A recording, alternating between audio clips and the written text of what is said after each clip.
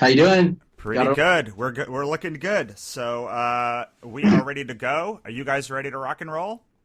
We're ready. All right. So that was on. This is Carlos, And this is Andre. so you know our voices. Awesome. And Andre, you'll have to go at 10:25, right? Yeah. Okay. Awesome. I'm just going to make a note of that really quickly up here, and then me and Carlos can continue and finish. Perfect. All right. So I will ask you the question that I asked to open every podcast, which is Carlos and Andre, tell us what you're passionate about these days. Well, first off, Russell, thanks for having us on. We're super excited. I know your listeners are creative at hearts, and the answer that you probably or your listeners probably want me to talk about would be the work. I'm always passionate about the work, and I'm always passionate about the project that I have. That kind of goes without saying, but there's two things that I want to talk about that I'm most passionate about today, and one's functional and one's emotional, and they sort of go hand in hand. The first one is from a functional proposition when it comes to advertising and marketing and what I do every day with the team. I love this idea of really closing the loop on what an idea really is, right? Sometimes you can start at the tactical phase, so it's something like a billboard or a TV spot or anything like that. But what I'm starting to see today is the lack of understanding on how to create a holistic idea and ladder that back up. So a key example to that would be something like, I'll use an example that's not ours, but it's brilliant. I love it, is like Snickers and the whole idea of Snickers satisfies, right? But the new spots and stuff that they ran was this idea that leans into the notion that people aren't themselves when they're hungry. And so you're not you when you're hungry is a really big idea and a really cool idea that you can hang your hat on creatively. So I'm really passionate about that and always searching for those kind of connective tissues when it comes from a functional benefit to an emotional benefit. And that gets me to the second thing that is probably most, driving my passion today. And that is sort of this idea that around self-awareness and energy, right? Andre and I talk about this a lot. And, I think those two things go hand in hand, especially when it comes to being a creative person. We're emotional creatures at heart. It's just deeply embedded in us, right? So we can't take our emotions out of things, even though we try to. But really, when you think about the notion of what emotion plays to us, having a positivity and really finding the great and the good and coming at it like unconditionally happy, really just coming at every project. It really shapes the project, shapes what you're working on, yourself, your team, everything, even a client. It kind of radiates around the project. And we've really noticed that when we sort of mind our energy that way, great things happen. And I think that anybody at any level can take both of those things away and say, how can I be mindful of my energy and what I'm putting into a project? I love that. How about you, Andre? Anything to add to that? Yeah, on my end, what I think I'm most passionate about is really an entrepreneurial answer, which is creating something from nothing, which I think is the what entrepreneurship is all about. So for me, it's taking first of all, a business, which could be my own business, and building it like I did from scratch and building it where there was no business and creating something, but also looking at a brand, a product, and really getting into the strategy and discovering where there's a product that nobody knows about and creating that awareness and that drive that makes people crave that thing and actually want to purchase that thing. So I think I'm most passionate about creating something and really in that discovery and that strategy of how do you take something that was never there and create huge demand for it? I think that's what really drives me every day. I love it, and I love that you talked about creativity and the brand and marketing part, a part of it, and creating something from nothing. Because I know most of the audience of the people that we talk to struggle with the marketing and struggling with thinking that there is creativity in the marketing. But when I go back to them, all I say is, I don't understand how you cannot think this is creative. It's finding your people and figuring out ways to talk to them. That's like the most creative thing that you could possibly be doing. Right. So before we get started talking about that, and I definitely want to break this whole concept down, I think for the purposes of this, I don't always do this, but I think it's important for us to talk about you and the company and who you guys are and sort of tell us a little bit about the backstory of where you guys come from. Yeah, so this is Andre. I started off in entertainment, really doing movie posters and movie trailers at Steininger Advertising, and that's where I got my first exposure to advertising, to marketing, to branding, and I was in that space for a while, and I realized that the fit, finish, and polish and speed that people work at in entertainment is like no other segment of advertising, and at the time all my friends in general market advertising had, weeks and months to do a campaign, whereas we had, days in entertainment to create, a strategy and a visual vocabulary and concepts for movies. And so my thought was, if I can combine the speed and efficiency that we work at in entertainment and then the strategy and holistic approach of general market and kind of combine those things together. And that was how I created the agency, where you can be very strategic, but you could also be fast. And so I think that's really our clients look at us for that. We kind of sit in the middle between strategy and being able to execute a holistic campaign.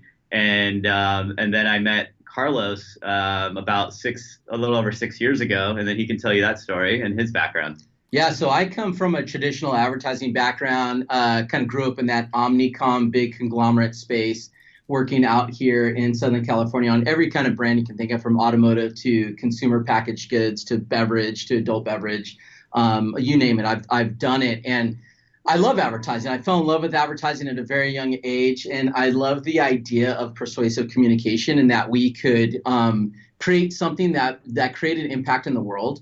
And that was great. I went through a big portion of how advertising changed throughout my career. So when I got into it, it was still kind of a lot of stuff was hand done. So I grew up in that world, went through the computer phase, went through the fracturing of agencies from being an AOR, or what we like to call an agency of record, where one agency handles a lot of the bulk of the work for a client, to the fracturing of spinning off, if you will, of specialty agencies. So you had a digital agency, a social agency, an advertising agency, a promotions agency. And that worked for a while. But what happened was the world started to change. And as technology caught up, or what I should say is as humanity caught up with technology and it started to become more ubiquitous, the way that we consume content changed. And that agency model started to become very lumbering. And so like Andre said, about 6 years ago, I decided that I was seeing something in the marketplace that wasn't quite working for me. The way that stories are being told, the way that we were crafting the work, the way that it was kind of a bit of a lumbering process and seemed a little bit outdated and antiquated. I decided that I was going to go do something else. So after a good 18 plus years in big advertising, I met Andre, and a mutual friend introduced us, and we met at a Starbucks, like typical stories are. And he told me his hopes and dreams about how he wanted to bridge the gap between traditional advertising and entertainment. And I was fascinated with his entertainment background because I didn't have that. I didn't see the fit, finish, polish, and the speed of execution in the creative range. So we came together, and that's what we've been doing. We've been trying to create something that's a little bit unique in the space, and take our unique expertise and compile them together to look at things from a different perspective and try to bring a new point of view to the industry. Awesome. I can't believe that in the 5 minutes you guys talked, neither of you mentioned the name of your agency. Yeah, obviously we're not good promoters of our own brand. So it's ELA, Everything LA. Is the name of the agency, Global Creative Ad Agency. We're based in West Hollywood, and we also have a location in Irvine, California as well.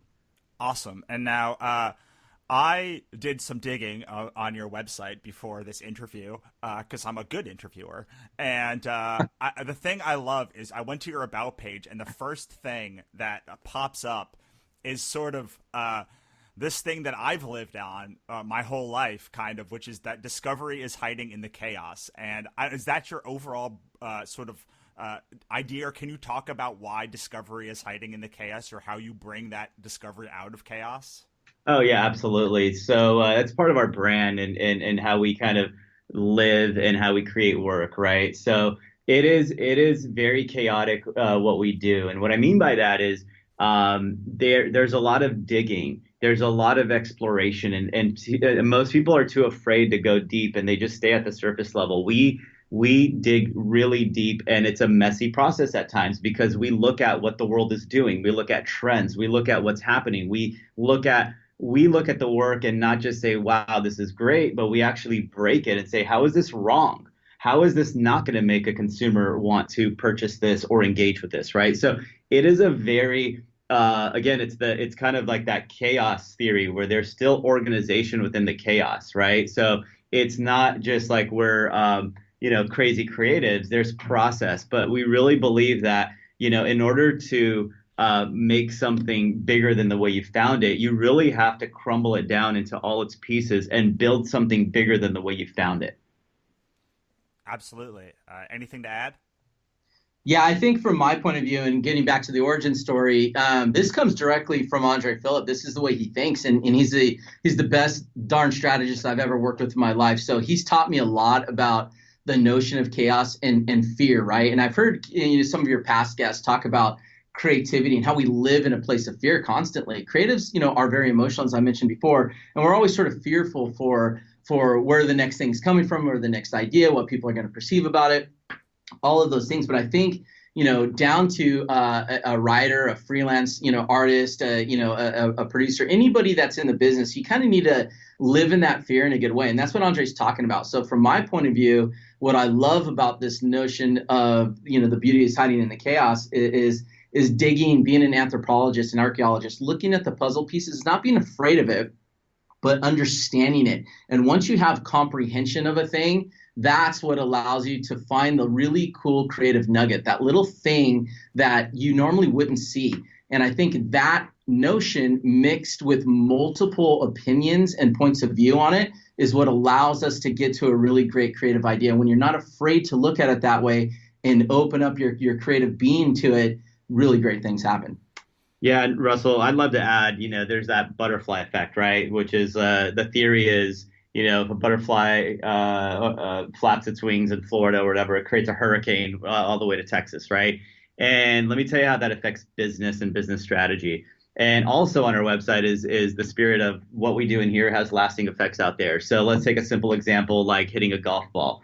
1 millimeter off is not a big difference, right? But as it projects and trajects out into the world, that could be a mile apart, that little millimeter. So what we do as creatives, as business strategists, as people who position brands, or as your listeners position themselves, a small little change that you do today will have lasting effects in the world. And so we take that very serious. And so, it's something that we think about, and we realize the responsibility that we have to each other and to the brands that we work with.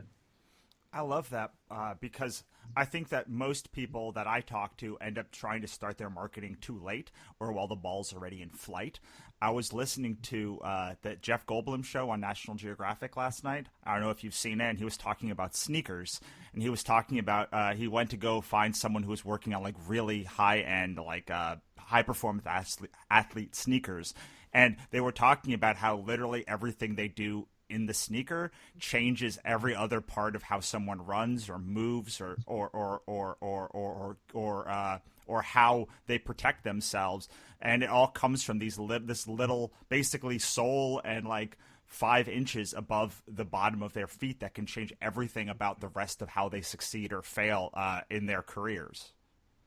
Yeah, and it's interesting, and I think what lives above that is the notion that we live here at ELA, which is everything matters. Everything we do, there's no word, there's no pixel, there's no design element, there's nothing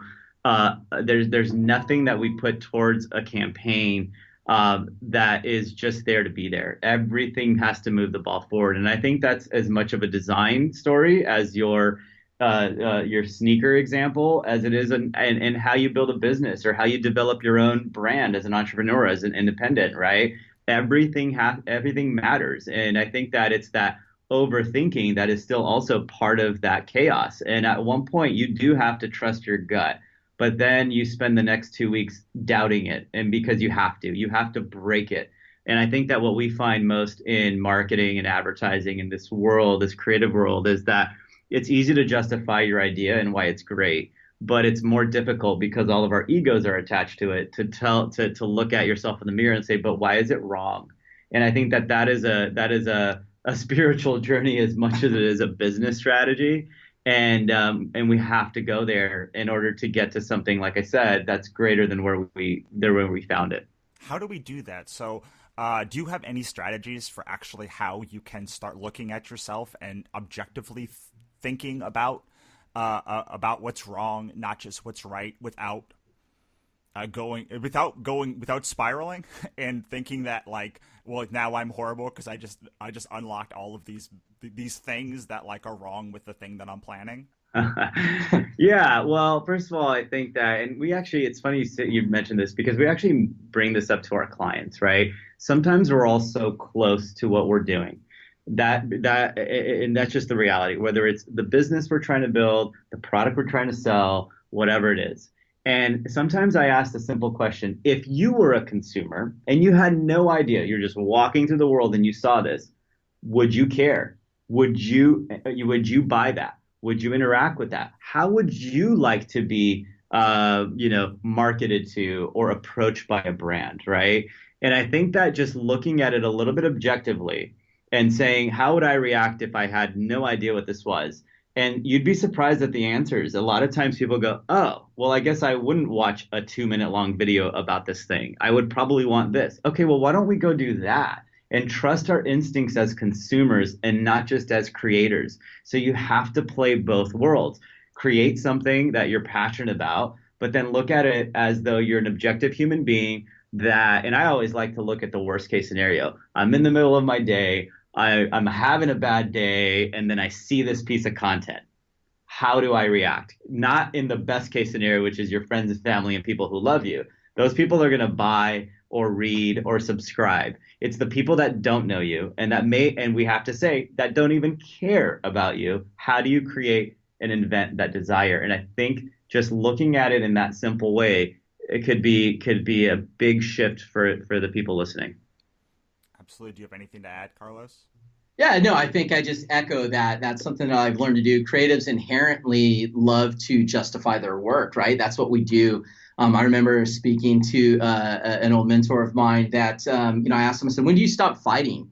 And he said, never. You never stop fighting. So it's inherently, part of the creative being to say, I want to stand up in front of my work and defend it, right?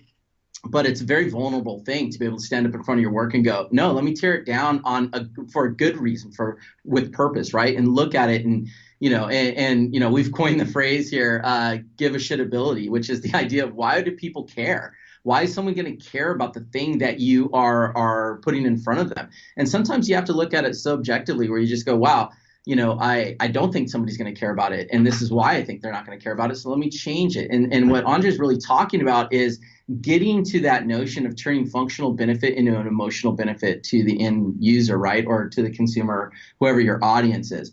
You're a movie guy, you get it. You're a book guy, you get it. Story's all about that, right? How is that connecting to somebody? How is that tugging at some kind of an emotion for them to draw them in, for them to care about it on a level? And everybody's different. So you don't have to have every consumer care about it the same, but there has to be rationale and reason behind why they would care about it.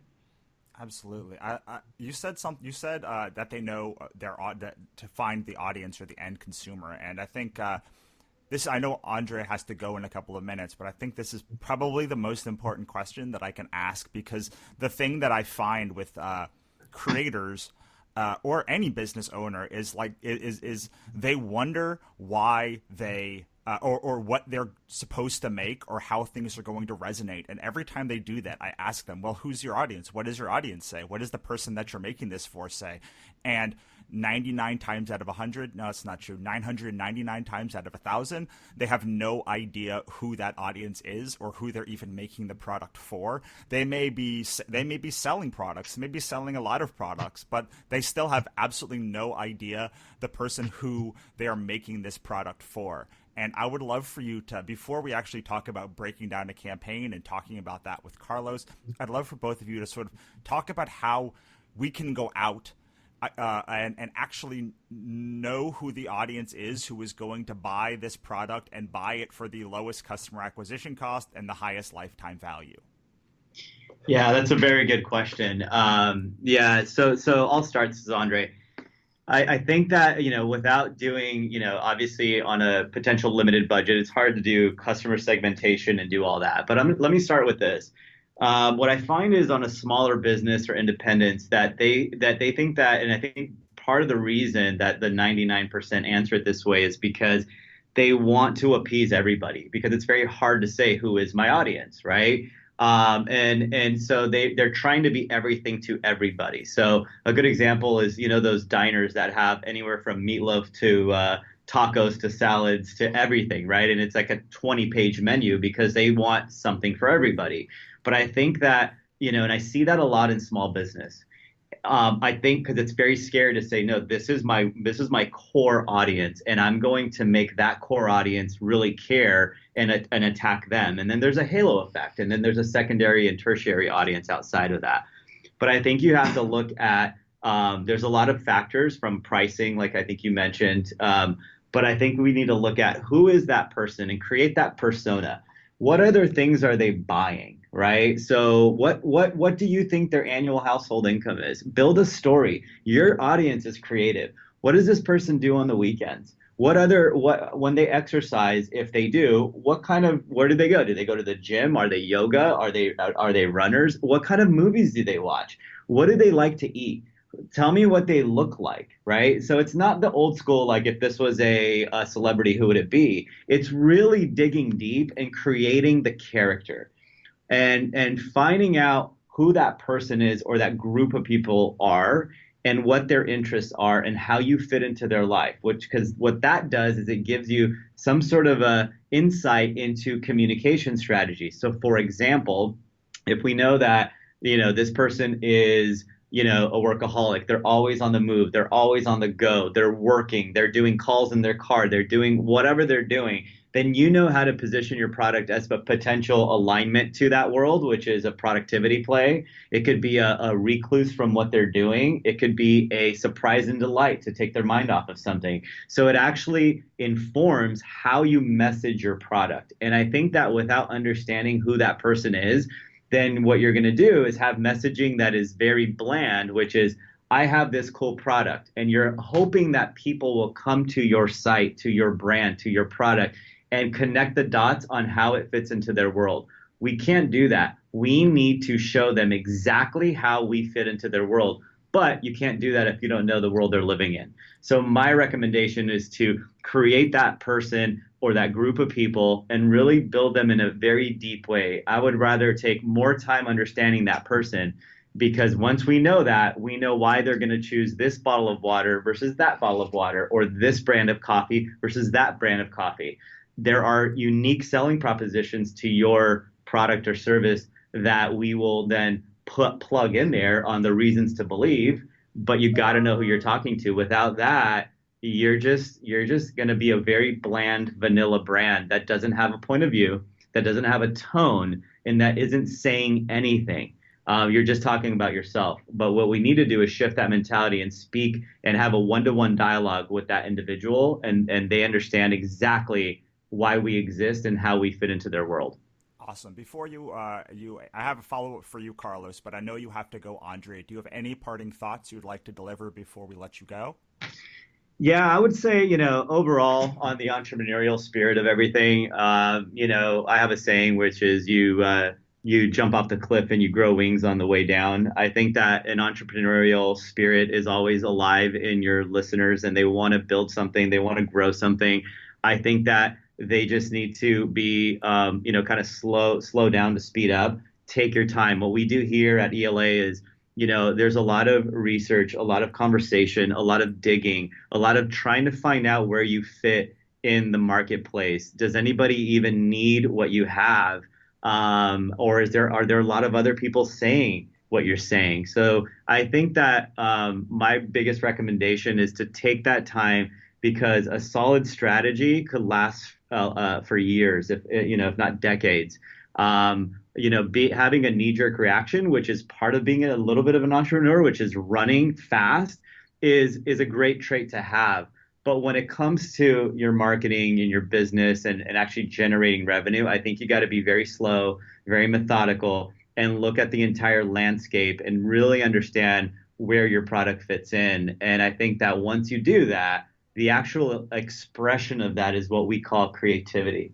But without that, it's creative for creative sake. So always make sure that there's a bigger strategy, that all of your tactics, all your messaging, and everything that you do always points back to that North Star. And without that North Star, I think that, people are going to ebb and flow based on other people's opinions, based on, someone, a good or a bad review. Stay true to who you are. And it's easier to do that when you're absolutely confident about your product. And I would just say, take your time, slow down, and then you can have a lot of fun. Awesome, man. Thank you so much for stopping by. We're going to continue on with Carlos because I know you've got another thing that you've got to run to. Yeah, Russell, I really appreciate your time. Thank you. Thank you.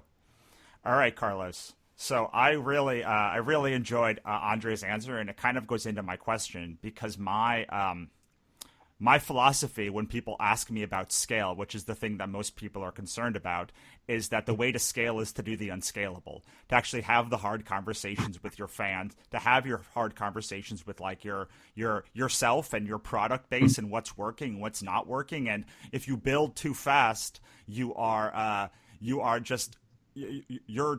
asking for trouble because you're putting thousands upon thousands of dollars potentially in scaling, but not to the right audience and not to the right person. So my follow up to what Andre was talking about is you've made your assumptions, right? You've written down who your person is and what they do and where they go and all of this stuff, and you spent time thinking about it. How do you test and know you're right? That's a great question. I think that we have some amazing tools these days. I want to back up a little bit to answer the question. So on top of what Andre said, I think when you think about the idea of either creating a product or a brand or a piece of art like a movie or anything like that, or even a service, I think before you go out and try to find your audience and figure out what that is, why you created it in the first place. And I think there's a lot of self-awareness when it comes to being a brand and why you've done something. So asking yourself that, why does this thing even exist, is a big deal. And then once you go out and you start creating around that why, if you will, and targeting and trying to align with that consumer, we got great means today to test stuff. I mean, I think we like to iterate when we like to talk about creative range. Like, let me use a movie example. So, we all know the movie Finding Nemo, and we use this all the time. Finding Nemo, and being a story guy yourself, you understand what I mean? There's different ways to tell that story. It's a coming of age story. A boy trying to find an adventure, if you will. A single dad finding courage, a lost soul trying to find her way through the world. There's multiple storylines. And I think when you're creating your story around your brand or your product or your service, you got to think about multiple ways to tell that story and then iterate very quickly, get those ideas down on paper, articulate them. And probably the best way to start testing this is in social. Get it out there, put it out to your audience, see what gets a response very quickly. And, the digital world allows us to test very, very quickly, to kind of theoretically go out there and test messaging, visual language, all of those things. And then once you start to understand what people are starting to respond to, you can go down that specific rabbit hole and blow that out bigger. Awesome. Okay. So this goes into my next question. So something that I know a lot of creatives struggle with is like they are very passionate about projects that may not have a good return. I'm trying to think of a nice way to say that, like they're going to be miserable failures before they even start it. How do you? So you've got like 5 products, and like one of them is like the one that your heart wants, but one of the other 4 may be the best product for you to make your rent and actually make an impact and scale your company. How do you sort of become dispassionate about that? I know a lot of for movies, Andre was talking about movies, and I know a lot of directors, for instance, get really angry at the marketing people when the marketing people come in and tell them like they have to change a bunch of stuff around. And I'm not saying the marketing people are always wrong or are always right, but they're certainly not always wrong either. So how do you kind of get that mindset when you're before you even test stuff, to like imbibe your, because you don't want to make something that's hollow, right? It's got to like have a piece of you in it, but maybe it's not the thing that you love the most. How do you sort of have that dispassionate look and sort of build the marketing into your product as you're building it, so that you can, so that you don't come up with a dud, spend a year making a dud, and then bring it out and it's not very successful?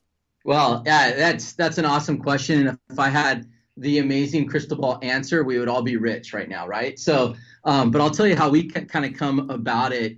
First and foremost, from a creative proposition, it's really, really difficult because, at the end of the day, we fall in love. We always when we present to clients, of course, you're going to present 3 or 4 ideas, right? And they always ask you what's your favorite.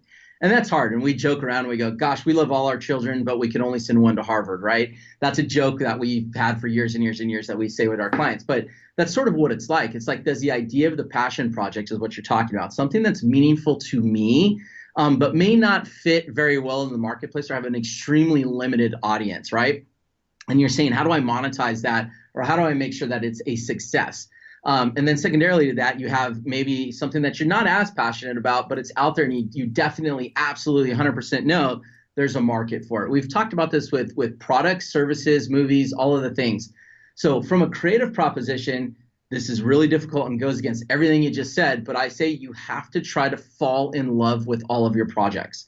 I know that sounds, it's easier said than done because you might be passionate about something over here and this one you might not be as passionate about.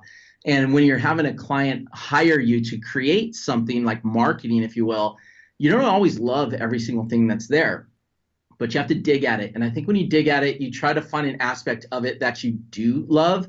And once you kind of find that aspect that you do love, I say go all in on that. And that gives you a little bit of that drive to create something around it. The other thing is creative challenges, right? Understanding that maybe it isn't the greatest, best thing in the face of the planet, right? And we need to think about ways that we can turn it into something that exists in the world that people really care about or that can have success around it. So it starts with honesty with yourself, being honest about the projects in front of you, the things you have, knowing what's a passion project and what's not a passion project.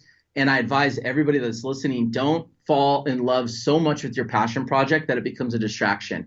And what I mean by that is it can get in the way of everything else. You really do have to disconnect yourself once in a while, like Andre was saying, and look at it and go, but I know I love it, but why is the rest of the world going to love it? Secondarily to that is the anti-passion project, if you are the one over here that could sell really well. You need to say, I know the world's going to love it, but I don't. How can I love it? So I think there's like an emotional connectivity to those two things that start to happen. And I know it's not easy to do, and I don't have the answer to tell you this is the process you have to go through to do that.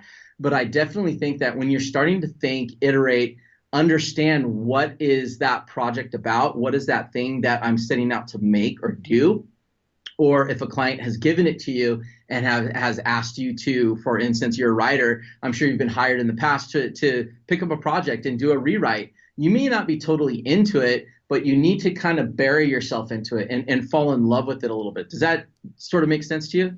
Absolutely. I think there's another piece of it too where so you know where your customer is. So we have a Lovecraft anthology called Cthulhu is Hard to Spell. Yeah, so I hear. Yeah, I'm excited about that. Thanks. And part of it is part of that was finding what my audience wanted and finding a way for me to construct something in that world that I could love. So it's not just about making a thing and then blatantly being like, well, this is what the market wants, so I'm going to put it out there. It's also about being like, look, is this the thing that I love 100%? No, but the elements are so deep and the things that I love and the fact that my audience will love it will make me love it as well. And so I'm not saying I don't love the Cthulhu anthology, but it's certainly not like the nearest and dearest project to my heart that like I've been working on for 10 years, right? But there are elements in there that resonate with the target market that I'm going for and that make me love it, like genuinely love it. And I think that is that's an equally valid strategy to like maybe it's not the thing that's going to sell the absolute most in the Cthulhu world, but I found a way. And a lot of successful creators, not just me, but find a way to be like, hey, here's a world that like has my ideal person in it. and like, here's what I can add to the conversation, and it might not make $10 million, but it's a way for me to definitely make an impact on my business in the positive, more so than I've ever had before, and find new audiences and be able to like make it to the next level. Yeah, I completely agree with you. And that is exactly what I'm trying to articulate, is trying to find the thing that you can love within it. And you said some really important things there when it comes to the creative process. And one thing that kind of I pull out of that was totally inherent with me and most creatives is creativity isn't necessarily a science, right? There's a lot of problem solving that comes along with it. And we always talk about this, and we believe that creativity can solve any problem for sure. Clients come to us because they can't solve those creative problems. So as a creative thinker, you look at things from a different point of view. You start to look at the problem that's in front of you. And quite frankly, I love the puzzle. I think Andre loves the puzzle. Here at ELA, we love the puzzle pieces, right? We love to look at it and go, that's a challenge. I think creative challenges, pretty much everything's a challenge. When you stare at a blank piece of paper before you type the first word or draw the first line with your Sharpie, you're staring at a problem. You're staring at a challenge. And overcoming that challenge is, how can I find myself in it? How can I find something that I'm solving for? And I think that's what you were just saying. It's like I'm solving for a problem that I've created to fall in love with a project. I think that's absolutely marketing 101. When you go at it, you have to go, what am I solving for? What's the challenge? And kind of fall in love with the challenge. I think that's another way to look at it.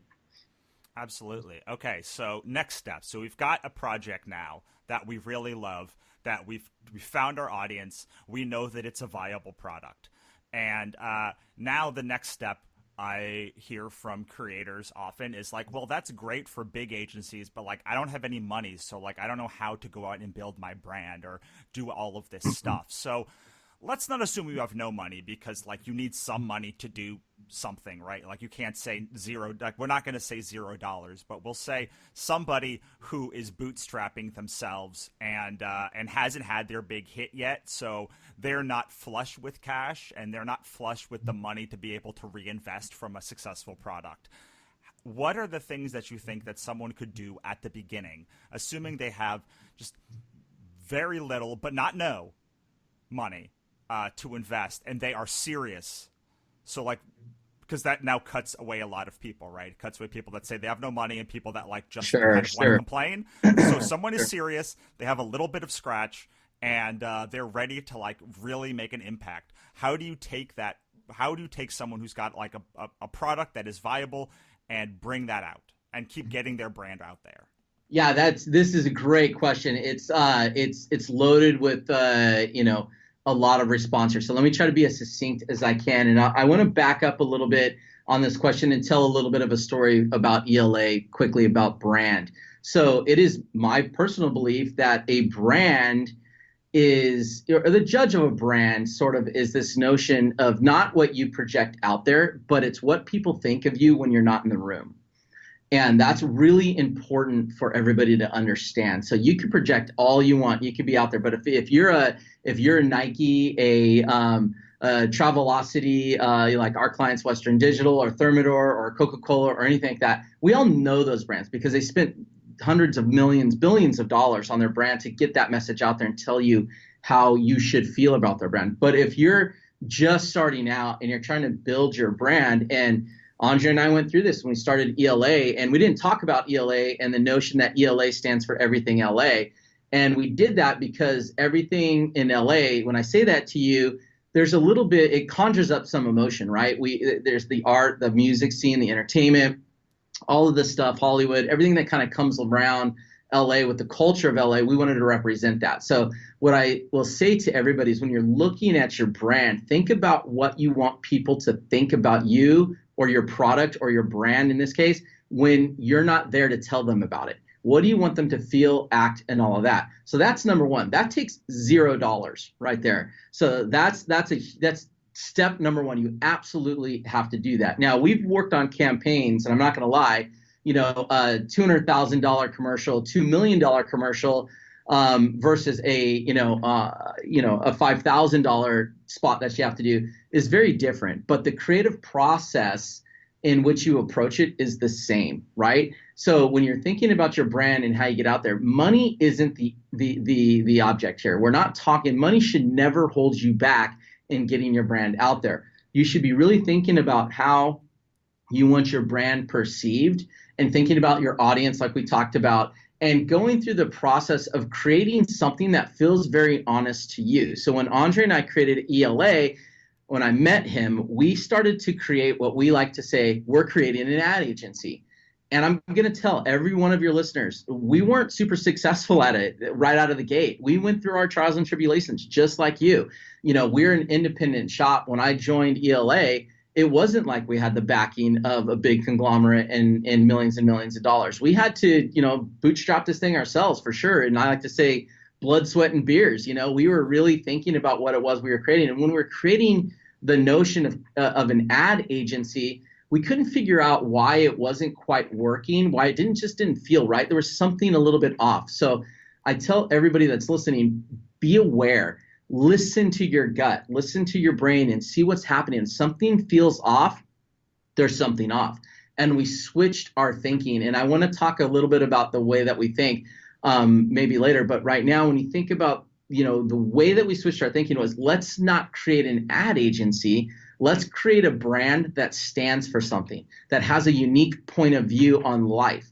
So that helps us narrow in on why we exist as a company. So when you're building your brand and your product, you kind of have to think about why you exist and what you want people to feel and all of those things. And then when you're out there, you don't have to be a marketing genius. I think what you really have to do is go, what, you know, in a single sentence, write it down. Try to articulate the reasons, the whys behind something in a single sentence. If you can't do that, then you're not clear. And I think clarity is everything. And when you have that clear, definitive, this is why I exist and this is what I want people to feel about my brand or perceive my brand as, it becomes much easier, because then you're just putting out messages. And start with, as I said, social channels, things like that, you know, getting the word out there, and then try to understand your audience. And when you understand your audience and you understand what you're really all about, that's where the iterations and the testing and all that stuff comes from.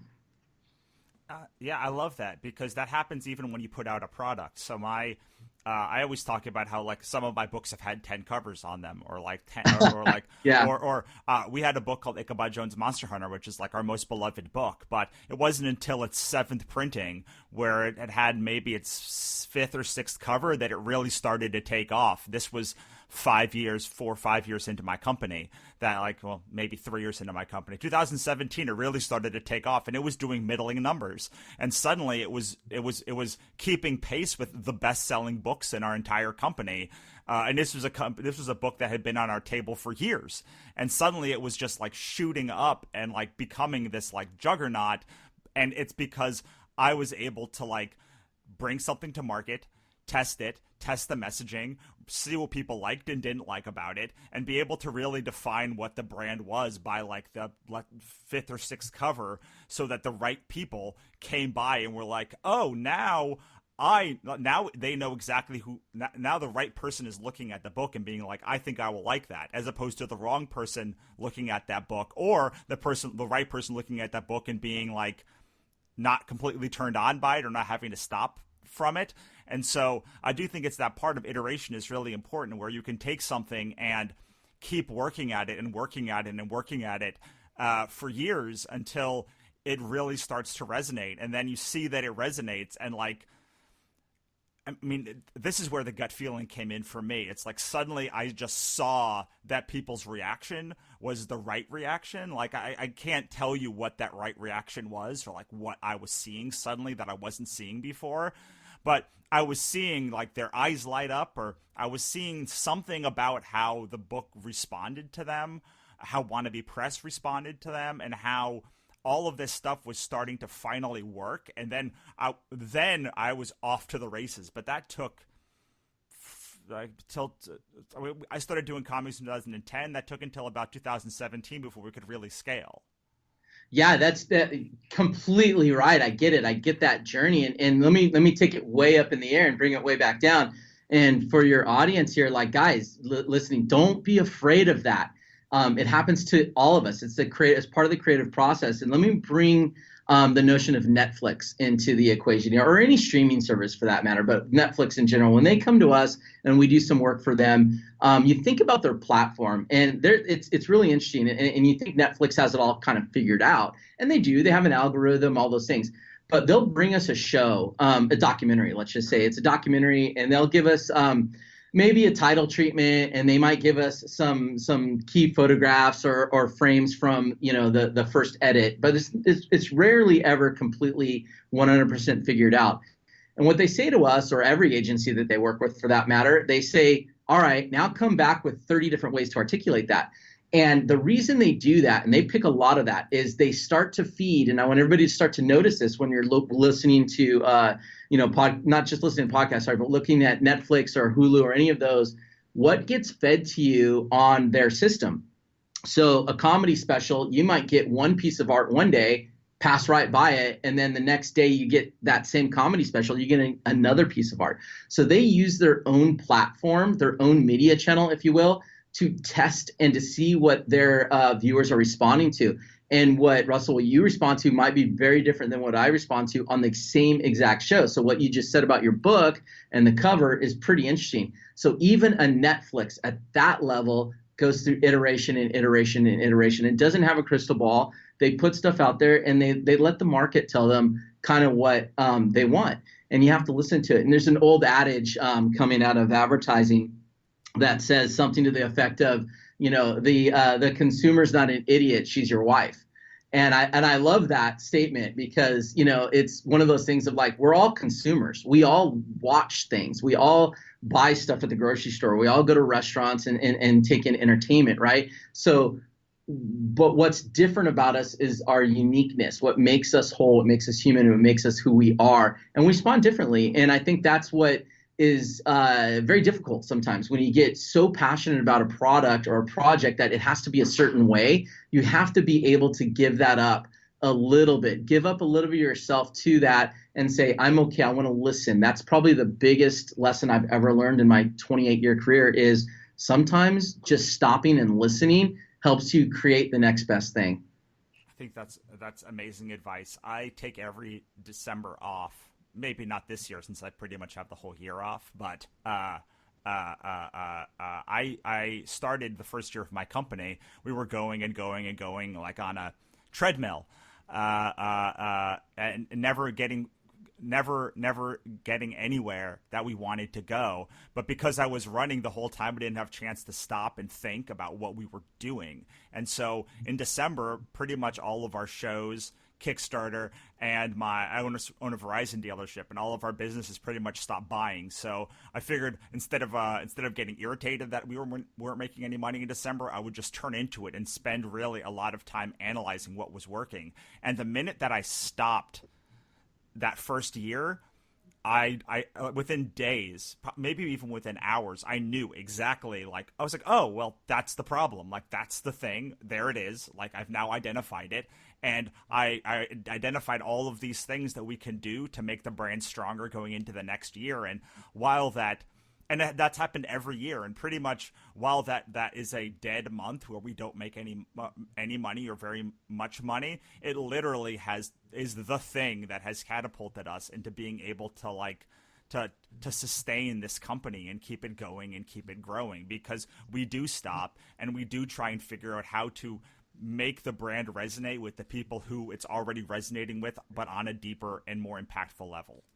Yeah, that's great. I think, on a large scale business model, or even just, putting pen to paper, creativity, when you think about that, our egos get in the way sometimes. And when you're making anything, I would consider every entrepreneur out there and all of your listeners to be of a creative mindset. And it's hard because you pour your heart and soul into a thing, right? And you get really close to it. And for sure, you should trust your gut, and you should trust your instincts, and you should be true to yourself, all of those things. But every once in a while, even during the ideation process, just stop, get perspective. We put everything up on a wall. It's old school, but it works. And the reason we do that is to get perspective. When you're looking at something on a computer screen and you're kind of judging it, it's sort of a limited perspective. And what I love about creativity, and something I've taken with me my entire life, is the notion of childlike wonder, right? You give a child a block, and you ask them what that block is, and they're going to go, it's a race car, and run it around on the ground. Then they're going to put it on its axis a little bit and say it's a rocket ship. Then they're going to hold it in the air and say that it's an airplane. Then they're going to put it in some water and say it's a boat. Creative people need to remember that you need to look at things from all angles, not just one. And that's part of the pausing, if you will, is to get perspective, put it up, look at it objectively, look at it from a different angle. What am I not thinking about? What am I not seeing? So your example is key, because sometimes a thing can be going and running and you could kind of take it for granted, but it's maybe not performing at the metrics you want, or you're not getting the results you want. When that happens, something's wrong. And I always say the same thing. When I'm going into a client relationship and I'm presenting to them and I'm on round 3, 4, 5, 6, suddenly I go, time out. If you go more than 3 rounds of the thing, there's something wrong. You need to kind of get a perspective on that and go, okay, let me look at it objectively and say, what am I not seeing right now? Because clearly we're all smart people in the room, but we're not getting it right. So we're not seeing something. And I think that's really key is don't be afraid to take a step, pause, and look at something objectively. But then there's another half to that, which is you have to be able to test with a lot of iteration quickly, right? You can't just be doing so the big example is like people that do a couple of cons a year or only bring one product to market. Like once you have your theory of the case and your product, you have to be actually out there doing it at enough speed and add enough volume and add enough pace so that you can actually know if your idea is working quickly. Otherwise, you might take a year or 10 years to know because you just don't have enough inputs. So the other thing that I find is creatives or any entrepreneur is now like working at such a slow pace once they actually put their idea. And if it's not working, it's hard to know that it's not working because there's just not enough inputs and not enough data to tell you. Oh my gosh. You've probably heard the term fail fast, right? It's out there. That phrase means so much to me creatively. And, growing up in the creative space over the course of the last, 28 years, I've grown to really hate traditional focus groups. And the reason I hate traditional focus groups is because it's so skewed. The questions you ask, how you ask, the audience you're talking to, it's really difficult to get real world sort of responses. And I've gotten grown very fond of social testing and iterating and programmatic advertising and being able to put something out there in multiple iterations and learn very, very quickly from what works and what doesn't work, because we learn so much from what doesn't work, probably more than what does work, right? Once we start to look at what's not working, that feeds us data, that feeds us information. A good thing to bring up now that I want to talk about is the notion between theory and practice. And we say this all the time. Data is nothing. A theory is nothing until you're able to harness that and put it into practice. So going on top of what you just said, it's not just about having the data. It's about how you analyze that data and then spit it back out quickly into the world to see, is my hypothesis correct? And that iteration is the second part, as you said, to this. Make sure you're doing it and don't be afraid to fail fast. You get so much from your quote unquote failures. And I think everybody listening hopefully believes this. There's no such thing as failure in the way that we all have been, brought up in the world to think that failure means bad. No, failure absolutely means good. It means that you're learning something and you're improving on the thing that you're making. Absolutely. I remember every time we brought a book to market until our Cthulhu is hard to spell, like the big one, we learned something new. We're like, oh, we got like a little bit higher and a little bit higher and a little bit higher. We had a book called Monsters and Other Scary Shit that did great on Kickstarter, but when we brought it to our table, it just didn't sell. And we were like, how interesting. And we started iterating on that process until it kind of all came together in the same way that Ichabod came together, but in a different way where the Ichabod, the interior was the same, but we just changed sort of the marketing behind it. But with the anthology series, we really brought it out, and we were like, oh, it got to 80% this time. Oh, now it's at 100%. Oh, now it's like got its own sort of life of its own.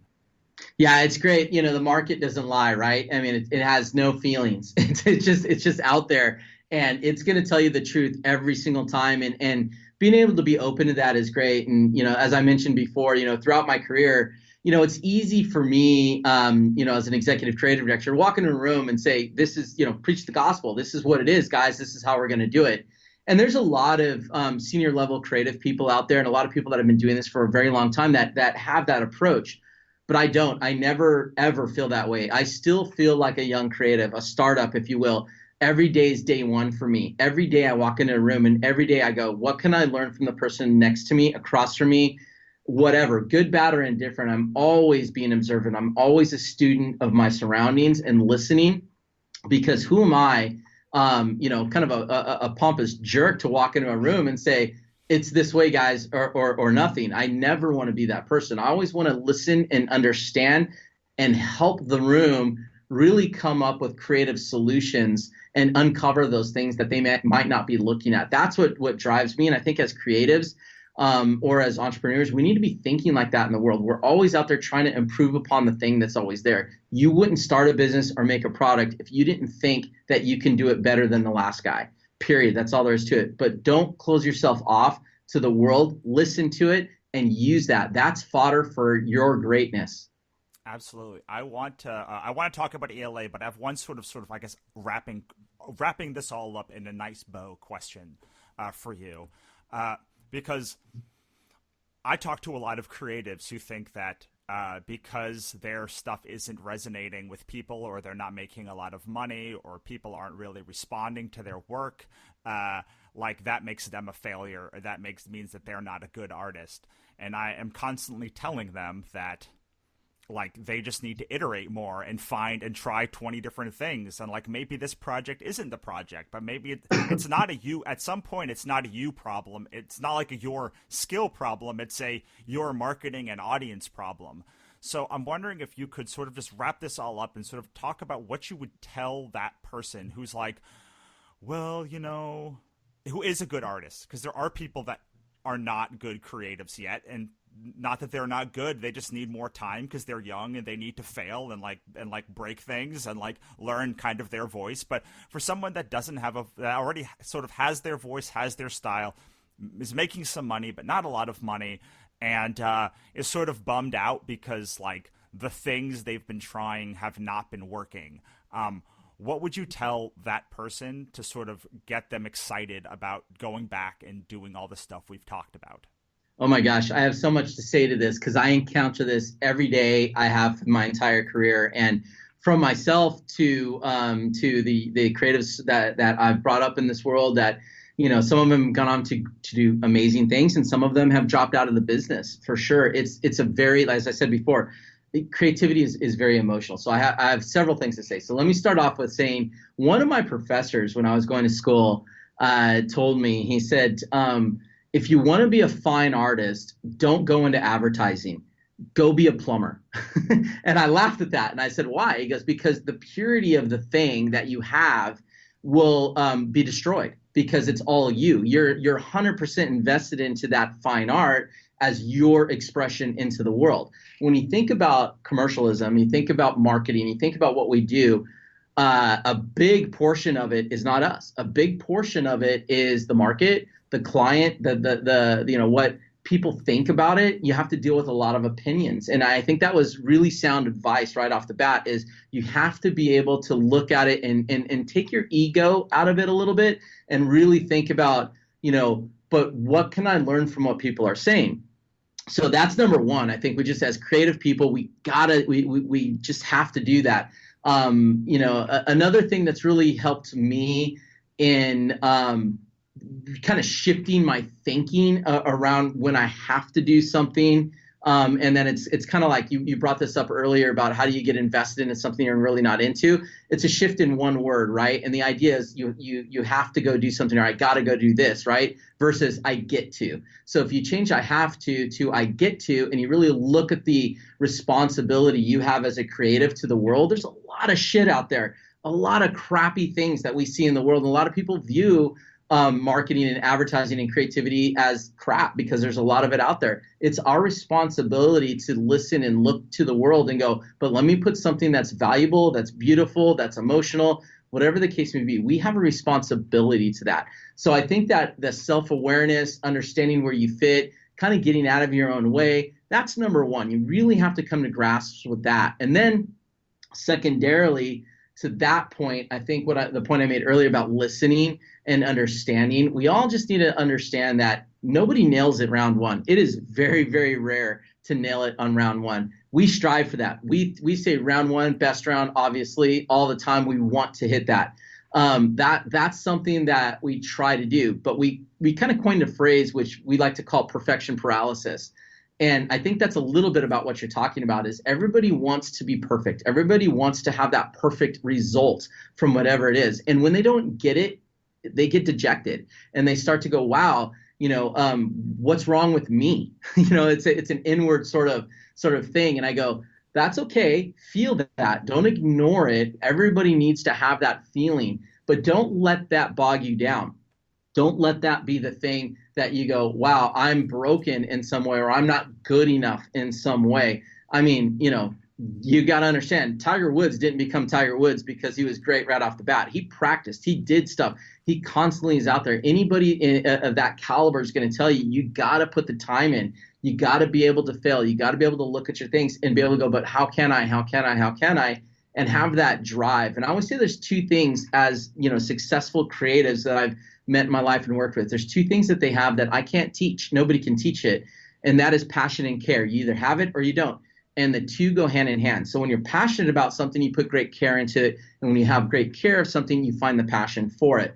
And I think that's what we have to do with ourselves as creatives is understand that the world is going to point a proverbial gun at your idea constantly. Everybody out there is a critic, and everybody out there will shoot your idea down. You never stop fighting. You never stop looking at how you can improve it. And I think creativity is all about that. Don't get perfection paralysis, and don't try to always, go out there and go, oh, this is it. This is the perfect thing. Look at it objectively and try to go, how can I improve upon it? Every time you touch a project, it should get better. If it gets worse, you learn and you make it better. But you're always trying to improve the thing. So I think those are some core values just as a creative human being to start to look at yourself that way. And then, I think the last part of that, which is, a bit that I like to really teach the young creatives is don't be afraid to raise your hand and ask your friends, your peers.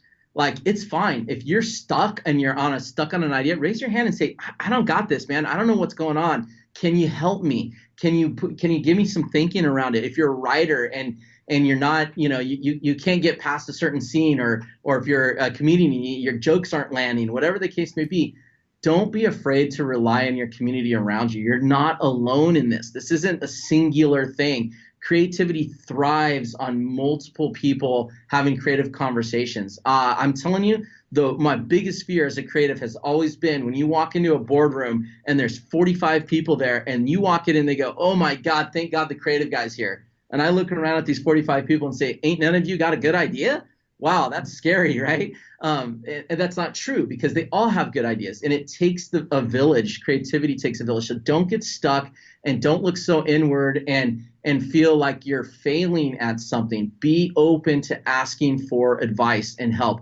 I've never met a creative person that isn't willing to offer help or willing to tell you some of their story, their trials and tribulations, what they've gone through. You never know what you're going to get, and your answers come in the most unexpected places for sure. Awesome. I love it. Okay, let us shift gears to talk about ELA.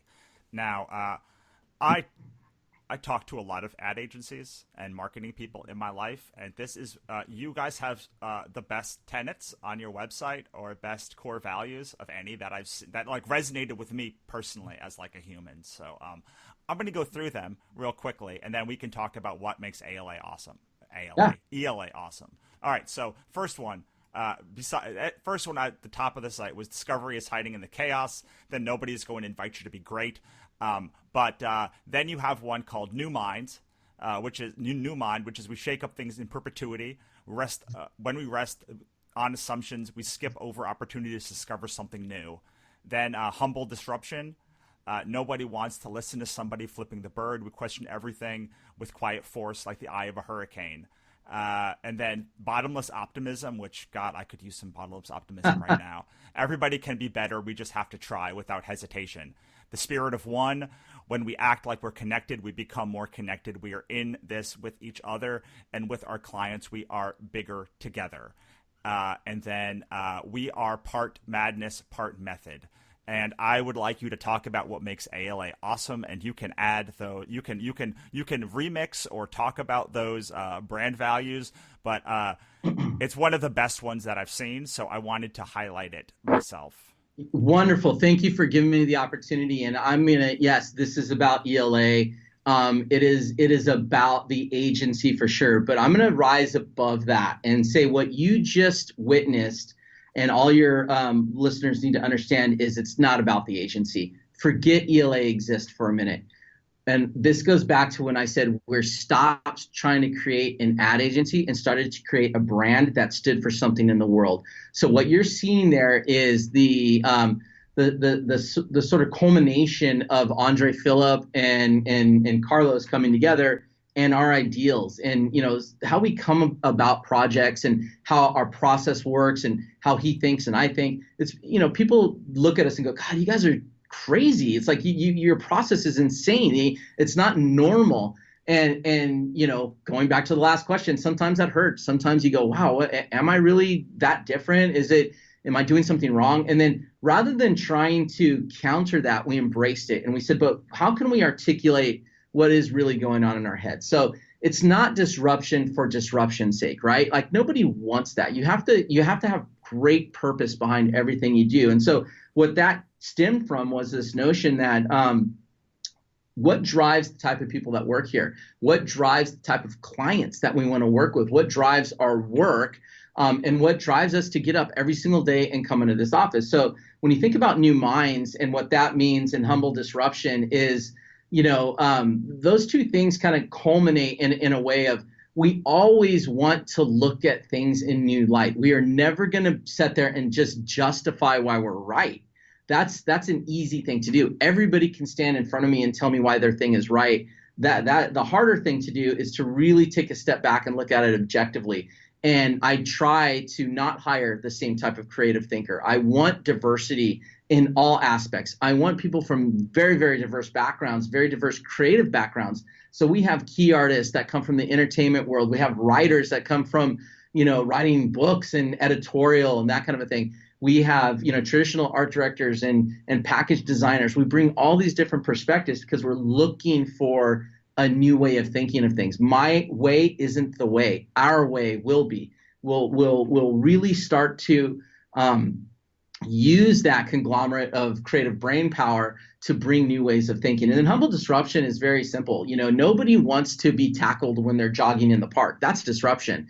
Disruption for its own sake is not good. Nobody on the face of the planet wants you to disrupt their thing, right? And I am reminded of one of my mentors, Luke Sullivan. He's a writer that grew up in advertising, and he teaches at Savannah College of the Arts and all that. And he wrote a book called Hey, Whipple Squeeze This. In the beginning, the forward of the book starts to talk about how, as a child, he hated commercials because they disrupted his cartoons, right? And nobody wants that. Everybody wants to have a purpose to that disruption. So getting someone's attention, which is what disruption means, we have to be humble as creatives and creators and as brands. What gives us the right to disrupt whatever you're doing at that moment? And I like to say back in the day, the discretionary dollar was the most valuable thing. So we had to think about how we got you to part with your dollar bill. Was it buying a lottery ticket, a candy bar, or a magazine? Well, those days are kind of gone. Maybe they're going to come back after everything we're going through now. But what became more and more valuable was time and attention. Our time and attention is very, very valuable. And we have to respect that and be humble about how we're disrupting your day. The question everything really comes from, the entertainment world and really looking at range. And working with Andre, it's really taught me to look at something and go, but why do we do that? But why do we do that? And sometimes it can grate on you as a creative person to have to do that because you typically don't do that. But we like to say to people, we question everything. Don't take it personally. That's the second part to that, right? You can't take it personally if I'm asking a question. We walk into every one of our clients, and I would consider everybody in that room to be extremely smart. You got MBAs, you got us that have been doing this for 20 plus years. We've all been around the block, and Andre and I and everybody in the agency love to throw up our hand and go, I'll be the first one to ask the dumb question. I'm not afraid of that. I want to ask the dumb questions so I can get to the meat of a thing. And that's where that kind of comes from, is don't be afraid to ask that. And then bottomless optimism, purely put, is exactly that. It is very, very easy to look at something pessimistically. I hate the term, let me play devil's advocate. All that really means is, let me tell you why you're wrong, or let me tell you why this is going to fail. That's not the way to look at something. We need to look at it and go, no matter what, unconditionally, we have to be optimistic about everything that we do and how we approach it. And then you mentioned one right off the bat, no one is going to ask you to be great. I think that is so important. Every day as creatives, we get up, and if you're waiting for permission to do something great, it's never going to happen. Nobody is going to give you permission. However, time out, I'm giving everybody permission right now. Go out and be great. I crown you kings of creativity and the purveyors of greatness. Go out there and be great, because you have to believe in that yourself. You can't wait for somebody to ask you to do a thing. You got to do it for yourself. If you're doing it for somebody else, you're doing it for the wrong reasons. Spirit of one really came out of the notion that independently we're all really good. There's no question. And I think that, you just talked about your book, and I know you collaborated on that book. And I think you would say that the collective brain power around that was better than the singular on many levels. Obviously, each independently was great, but the entire team moving as one unit towards a goal is great. That's when you're not pulling against each other, but we're all in sync. I love Formula One driving and open wheel racing like IndyCar. And the idea of the team all going towards, one singular thing, and their attention to detail and their focus on their jobs, all of that, they empower each other to think as one unit for one goal. And I think we employ that every single day. And we're always going towards that thing. What is the objective? What are we trying to do? And every ounce of our energy is put into that. And then method to the madness, or madness to the method. We switch those up on purpose because, like I said in the beginning of this little rant here, is people looked at us and said, gosh, you guys are crazy the way you think, the way you approach a project. It's really crazy. I go, yeah, it is. It's kind of madness. But when you really dig at the madness, as Andre talked about earlier with the chaos theory and breaking things apart and excavating and all of that stuff, that madness is with immense amount of purpose, right? And there's a method behind it. We do it in order to see all the things. It's like anything else. I don't know if you've ever, remodeled a house or anything like that. The minute you start tearing it down, you start to uncover all the pieces to it, and you really don't know what you have until you've broken the whole thing down. So, not being afraid of that chaos and not being afraid of a little bit of madness that surrounds the creative process, and embracing that and putting some structure around it. Again, it's theory and practice coming together as one unit. That's where that kind of comes from. And all of that was really just a point of view on life. You could apply it to advertising, marketing, anything, but we try to live this every single day. We even have a thing that we gave the entire agency called intent bracelets, little bracelets that we put, and we each put a word on there. And that word is just extremely personal to us. And mine is energy. You hear me talk about that. I mind my energy every day. But what's the intent in the world that we put out every single day? All of these ideals or core pillars of the business really are core pillars to life. Awesome. I love it. Okay. So now we've reached the end of our slightly more than an hour. And I'd like to ask you the final question that I use to end every show, which is tell us the piece of advice that you would like us to end on, if you'd like people to leave this with. It could be something you've already talked about, but just one piece of advice, and then where we can find you if we want to learn more about ELA or yourself, and then we'll say goodbye. So I think you've all heard me talk about energy, so I won't say that. The one piece of advice for all creatives, and I got to tell you, every single day of my life, I think about this. Don't give up, guys. Don't give up. You're creative. for a reason. You're born with it. It's inherently in you. It's something that makes you up. It's not your business. It's not your day job. It is your life. And I say this all around. The idea of work-life balance, and anybody that's truly creative, is they understand there's no such thing as work-life balance. My work and my life are one. And I learned how to balance that because I love what I do. And don't let anything or anybody tell you otherwise. This is who you are. Stay true to yourself, stay honest to yourself, and never forget that the reason you exist on the face of this planet is to be creative. There's very, very few of us out there. And I got to tell you, there's a lot of people out there that think they're creative and they're not. So when you're truly, truly creative, it is a gift. Do not ever look that gift horse in the mouth and say, no, I don't want to be creative anymore. With all of your might, with everything you have, stay true to who you are, because you are creatives and the world needs creative people. Awesome. Where can we find you guys if you want to learn more? You can find us at ela1.com and ELA advertising on the Instagrams and Facebooks and all of that stuff. So yeah, go out there, check us out. We're out there. Andre has his Instagram connected. I have my Instagram and the whole agency.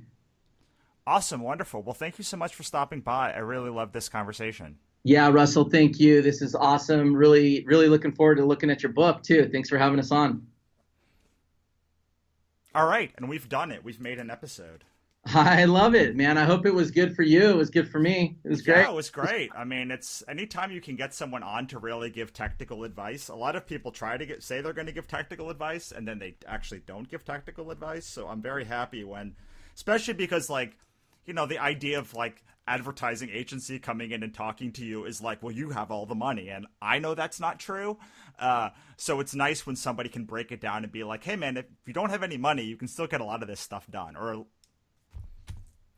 So what you said was, it reminded me of what is on our website as our credo. So I'm going to read it to you really quickly. Yeah. So who we write for. We write for the rebels that are obsessed with pop culture and question everything, especially authority. Punks, emo kids, goths, nerds, geeks, outlaws, bandits, and rebels. These are our tribe, people that grew up outside the system until that system realized it was cool to be like them, as if we did it because it was cool. Our tribe doesn't move to the back of the bus. They burn their bras, and I've never seen a protest they didn't like. They stand up for what's right, even when it's unpopular. They don't care what anybody else thinks. We demand to be entertained as much as we want to think deeply about real issues that matter. We want our stories to have a message, but we want that message hidden under a thick layer of action and fun. We find humor in the dark places. The darker, the better. The more humor, the better. We want to shine lights in the dark corners and show there's humor there, too, in the places we're not supposed to go. Oh, man, I love that. I love that. It reminds me of I should have said this, and I didn't. One of our very, very core values is this notion of people are going to talk shit. Let them. Right. And I get that totally from your credo there. It's like, that's what it is. We, as creatives, we kind of grow up and we're a little bit about, being misfits in some way and outcasts. But, when we look at the world, creatives run the world. I mean, you think about entertainment, music, writing, any of that stuff that drives humanity forward. Yes, there's politics and religion like we talked about, but creativity is the thing that connects emotionally to everybody. And we have great power in this world. And, I just want everybody in the, that's a creative to understand that, to know that they have value, that they are very valuable to this world. And what you just read was amazing because, if creative people felt like that and understood that they have a tribe around them and that tribe bands together no matter what, and we're not against each other, we are there to help each other. That's everything, man. Absolutely. I love it. Well, awesome. I also live in LA, so hopefully when this whole quarantine is over, maybe I can stop by your office so we can. Oh man, I'd love it. We're right off of Santa Monica, La Brea area, right there in the Media District, all that. So yeah, I'd love for you to stop by, say hi, and maybe we could do this again sometime. This was awesome. Awesome, man. Have a great day. I'll talk to you soon, and I'll email you guys when it's live. Sounds great, Russell. Take care, man. Bye. You too. All right, bye.